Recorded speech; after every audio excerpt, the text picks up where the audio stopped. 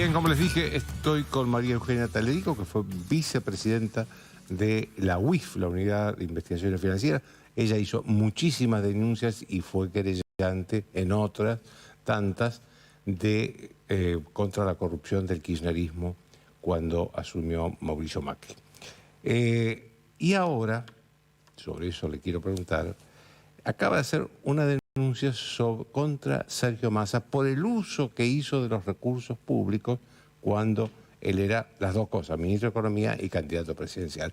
¿Cómo es esa denuncia? ¿Qué es lo que denuncia? Bueno, me acompañan Daniel Sapsay y Marta Nercellas, que no es menor porque obviamente la denuncia tiene una profundidad importante y ojalá tengamos una investigación. De hecho, ahora está en trámite, ¿no? La cuestión fue primero este doble rol, ministro de Economía y presidente, candidato a presidente. Él mismo, cuando asumió en agosto del 22, dijo que era incompatible el rol, ¿no? Y sin perjuicio de eso, en las PASO, cuando él se consolida como candidato, con las variables de la economía argentina prendida a fuego, ¿no? Una inflación que giraba al 300% anual, 3 millones más de pobres, duplicó la deuda de usted habló de la deuda de los importadores en el Banco Central, que es una catástrofe realmente para el sistema productivo argentino.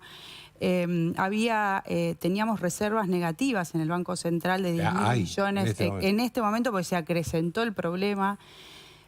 En ese estado de la economía, como ministro de Economía, él tenía un deber de cuidado de la hacienda pública, de una administración prudente. Y sin embargo, con temeridad, ¿no? y con clara perjuicio a la hacienda pública, empieza a tomar muchísimas medidas económicas. Usted mencionó algunas que ahora está repercutiendo, obviamente, en los gobiernos provinciales, porque no van a poder pagar los salarios probablemente o los aguinaldos. Nos decían, a mí me dijo Maximiliano Puyaro y también Rogelio Frigerio, que el porcentaje que corresponde al impuesto de las ganancias y a lo que hizo con el IVA de la canasta básica es la nómina salarial mensual del gobierno provincial. Y empezó a tomar una cantidad de medidas, muchas de las cuales las asentó en decretos de necesidad que se habían dictado la pandemia. Asienta medidas de emergencia económica en base a decretos que tenían origen con la pandemia, crisis. Que es una realidad que no tiene nada que ver. Y así empezó no solamente con el impuesto a las ganancias y el IVA, sino que el previaje, bonos extras en un montón de los planes sociales que tenemos, créditos con tasas subsidiadas. Hay que ver esos bancos que han otorgado préstamos con créditos con tasa subsidiada, y los economistas empezaron a señalar que todas esas medidas que estaba tomando a partir de que se consolida como candidato a presidente después de las PASO podían significar entre 1,5 puntos y 3 puntos del Producto Bruto. Estamos hablando de 15.000 millones de dólares, y señalaban expertos que estábamos frente a la campaña presidencial más cara de la historia de Occidente. Y nos llevó a hacer esta denuncia, no solamente en la consulta que nos hicieron porque estaba violando la veda electoral, estaba violando claramente el Código Electoral, porque él anunciaba como medidas de gobiernos en plena campaña. Anunciaba como ministro, pero en realidad estaba anunciando como candidato. Y el Código Electoral tiene normas para equiparar la competencia. Ahora, ¿no hubo ahí una deserción de la justicia electoral? ¿No debió actuar?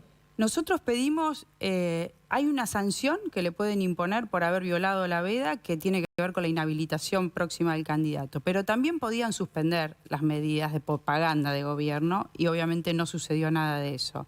Y por eso la denuncia fue más allá. También la ley de financiamiento de campañas políticas tiene topes también para igualar la competencia, que por supuesto con toda esta cantidad de medidas no fueron respetados. Y finalmente el cuidado o la posible malversación de caudales o administración fraudulenta de un candidato a presidente, ministro de Economía. Yo creo que el mensaje más importante que estamos tratando de dar tiene que ver con lo institucional.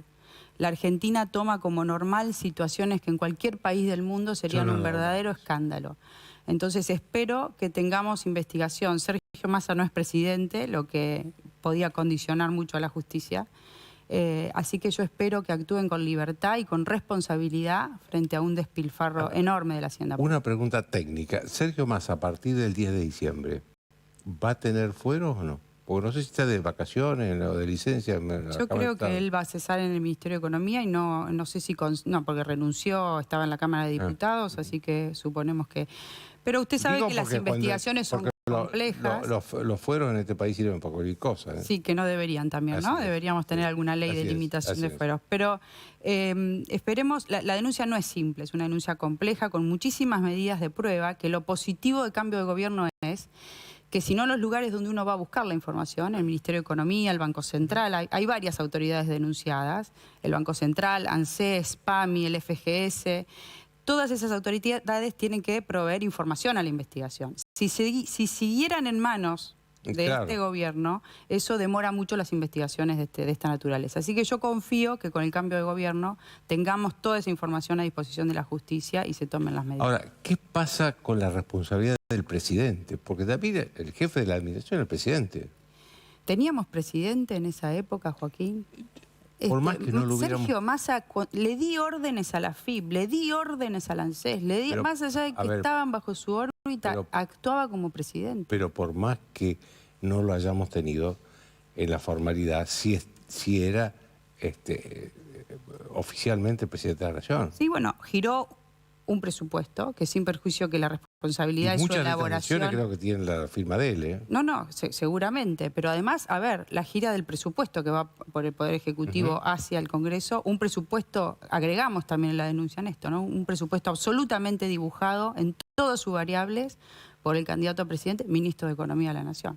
Así que veremos, las responsabilidades en materia penal son bastante personales, de alguna manera, y entonces hay que demostrar una intervención más personal quizás del presidente, donde más allá de su responsabilidad por el cargo, va a ser más difícil en sede penal. Usted fue candidata por Juntos por el Cambio, pero le quería preguntar, ¿cómo vio las primeras decisiones, los primeros días de Javier Milei como presidente electo? Bueno, a ver, lo estamos viendo todos, ¿no? Pero yo creo que es una persona que no viene de la política, no tiene ninguna fundación que respalde incluso a su llegada al gobierno y que entonces eso impone, obviamente, contar con el apoyo de muchísimas personas que puedan sumarse a su gobierno y por ahí esas desprolijidades que uno ve tiene que ver con que están formando gobierno y que tienen que estar a la altura de las circunstancias las personas que lo acompañen. Usted sabe que es un candidato que ha llegado a la presidencia anunciando lo que va a hacer. Y hay muchas resistencias en la Argentina, entonces yo a veces estoy yendo a las oficinas a contribuir, consultada por algunos nombres, expertos. Creo que se van a seleccionar los mejores para acompañar a un candidato que está decidido a todo y que, bueno, algunas desprolijidades son normales, me parece, frente a estas circunstancias y también frente a un montón de personas con las que uno necesita contar para tener apoyos después. Como usted dijo muy bien, el Congreso va a ser un gran desafío y en ese marco me parece que deberían tomarse decisiones inteligentes para dar, obviamente, lugar a personas que después sean gravitantes para esos acuerdos. ¿Usted cree que hay una sociedad predispuesta o con paciencia, digamos, para tolerar medidas que van a ser duras, ¿eh? El propio presidente electo lo está diciendo, ¿eh? Yo creo que es una sociedad que está sufriendo mucho, no sé si se puede sufrir más que esto, que sí muchas de las medidas van a traer un impacto importante, pero si se apunta a las cajas políticas, a una cantidad de lugares de un Estado absolutamente cooptado, quizás las repercusiones en la vida de la gente no son tantas y logren en el transcurso del tiempo darle la vuelta más rápido, ¿no? Sectores productivos que empiecen a producir, una Argentina de los sectores privados que se levanten, a los que se les genere confianza y bueno, y entonces es una Argentina que se ponga a andar de la mano del sector privado y no con este Estado tan grande que es al que se está apuntando. Ahora los gobernadores, por ejemplo, yo digo, por fin alguien va a discutir por la coparticipación federal. Está diciendo Javier Milei que no hay más transferencias automáticas, transferencias discrecionales, que son esas que mantuvieron a la provincia de Buenos Aires con todos los privilegios.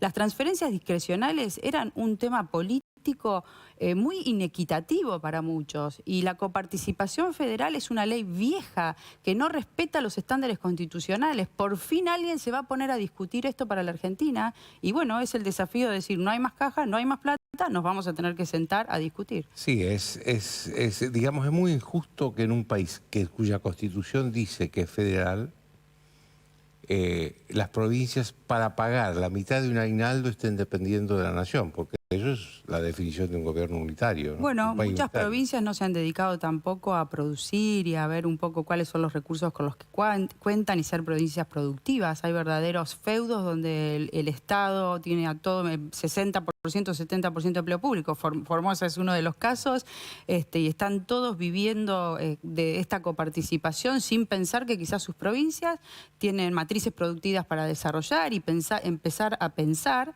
también para sus provincias distintas. O sea, se acostumbraron a vivir de esta manera y me parece que le estamos cambiando la lógica a la Argentina con el triunfo de Javier Milei. Yo lo veo como algo muy, muy positivo. ¿Le parece bien que Patricia Bullrich haya aceptado o esté en condiciones de aceptar al Ministerio de Seguridad? Yo espero que así sea, porque no hay mucho tiempo de aprendizaje en algunas cuestiones. Para mí los grandes desafíos van a ser de gobernabilidad primero, que espero que los resuelvan con el armado del gobierno y con los acuerdos que consigan, en materia económica y en materia de seguridad. El desafío en las calles de los gerentes de la pobreza, de los sindicatos que ven que corren riesgo sus cotos de tantos años, son los que me parece van a dar un desafío en la calle muy importante, y Patricia Bullrich está a la altura de las circunstancias, con otras agencias que son muy importantes cubrir con personas aptas y capacitadas para los desafíos que van a venir. Yo le quiero hacer una pregunta que tiene que ver, es muy importante porque tiene que ver con cosas que usted hizo como vicepresidenta de la UIF y con lo que pasó y podría pasar, que es la situación de Cristina Kirchner y cómo la ve hoy y cómo ve lo que pasó durante